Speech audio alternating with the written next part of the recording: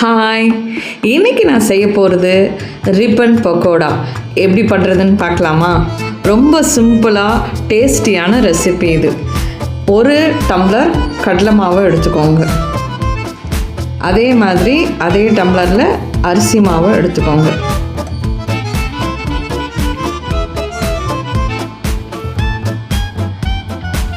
எடுத்துட்டு இதுக்கு தேவையான அளவுக்கு உப்பை போட்டுருங்க.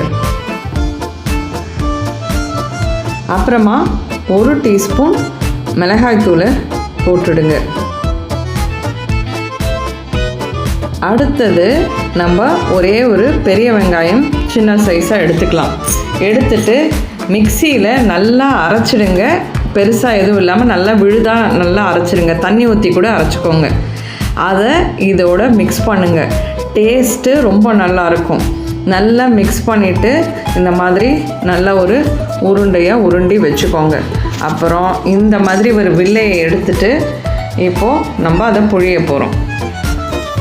அடுப்பில் தேவையான அளவுக்கு எண்ணெயை ஊற்றிக்கோங்க.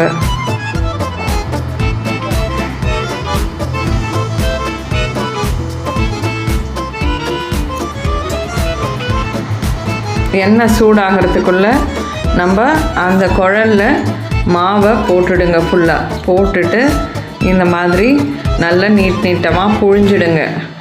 புழிஞ்சிட்டு நல்லா கொஞ்சம் அப்படியே லோ ஃப்ளேமில் அப்புறம் ஹையாக இப்படி வச்சு திருப்புங்க. ஏன்னா செவந்துற போது அதனால மெதுவாக பார்த்து எடுங்க.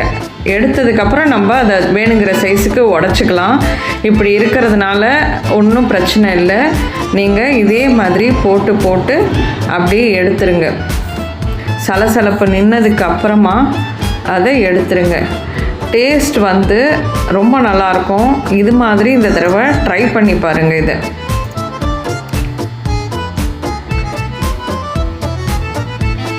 இதே மாதிரி நம்மக்கிட்ட இருக்க அந்த 2 கப்பு மாவையும் நீங்கள் புழிஞ்சிங்கன்னா கிட்டத்தட்ட ஒரு 1/2 கிலோ ரிப்பன் பக்கோடா இதில் வரும்.